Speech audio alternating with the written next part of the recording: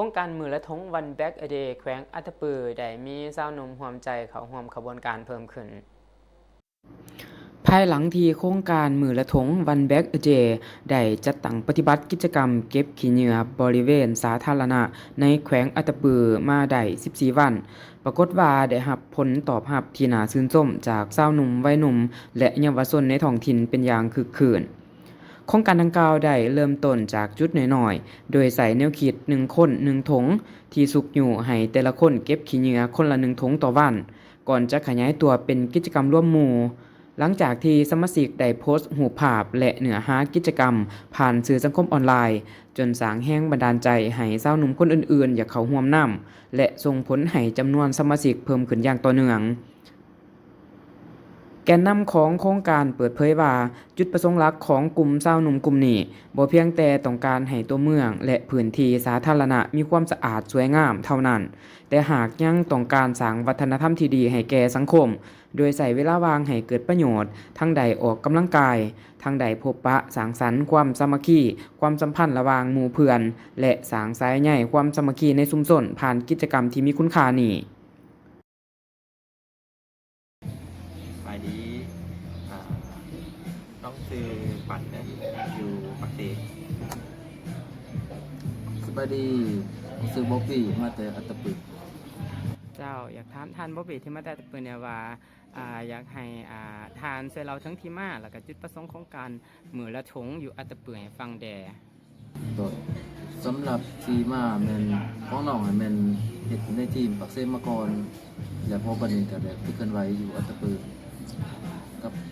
ในโครงการนั้นเคลื่อนไหวเริ่มแรกก็แม่นมีแต่น้องกับรุ่นน้อยคนนึงก็เลยอยากช่วยพวกระดมจิตสำนึกของวัยรุ่นอยู่ทั้งนั้นเลยโอเคปัจจุบันนี้โครงการมือละทงอยู่แขวงอัตตปือเนี่ยได้รับกระแสตอบรับจากประชาชนแล้วก็ชาวหนุ่มวัยหนุ่มแนวใดสำหรับตอนนี้แม่นค่อนข้างมีความสนใจหลายระหว่างกับวัยหนุ่มสาวหนุ่มก็แม่นมีการสนใจของผมหลายคือตอนนี้สำหรับส่วนประชาชนเพิ่นก็ให้ความช่วยเหลือหรือว่าให้ความร่วมมือจำนวนหลายอยู่ผ่านการจัดกิจกรรมมาแล้วเนี่ยโครงการสามารถลดพรขี้เหงื่อหรือสร้างการเปลี่ยนแปลงด้านสิ่งแวดล้อมอยู่อัตตปือแนวใดแน่โดยสำหรับการเปลี่ยนแปลงมันเห็นได้ชัดก็คือขี้เหงื่อจำนวนของขี้เหงื่อลดลงครับลดลงในสถานที่สาธารณะต่างๆแล้วก็ในเขตชุมชนที่พวกเขาไปเก็บเหงื่อมาแล้วก็ถือว่าค่อนข้างลดลงหลายจากแต่เก่าในการขับเคลื่อนโครงการนี่มีปัญหาหยังบ่แล้วก็มีอุปสรรคหยังมีวิธีการแก้ไขแนวใดโดยสำหรับทั้งอัตตปือมันอุปสรรคมันบ่ค่อยมีเพราะว่าทุกภาคส่วนเป็นการให้ความสำคัญกับสิ่งนี้แล้วก็ทางพวกเขาก็ตั้งใจเอาใจใส่ก็คือเฮ็ดบ่หยุดถึงว่าอาจจะมีฟีดแบ็กอีหยังต่างๆก็พวกเขาก็ต้องดำเนินต่อเพราะว่า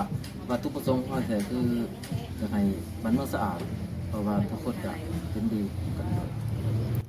ถ่ายสุดนี่น้องอยากฝากขอคิดหรือขอเชิญชวนหยังถึงประชาชนโดยเฉพาะแม่นชาวหนุ่มวัยหนุ่มให้ร่วมกันรักษาความสะอาดและสิ่งแวดล้อมอยู่แขวงอัตตปือโดยก็อยากฝากสาวหนุ่มวัยหนุ่มเฮาก็คือ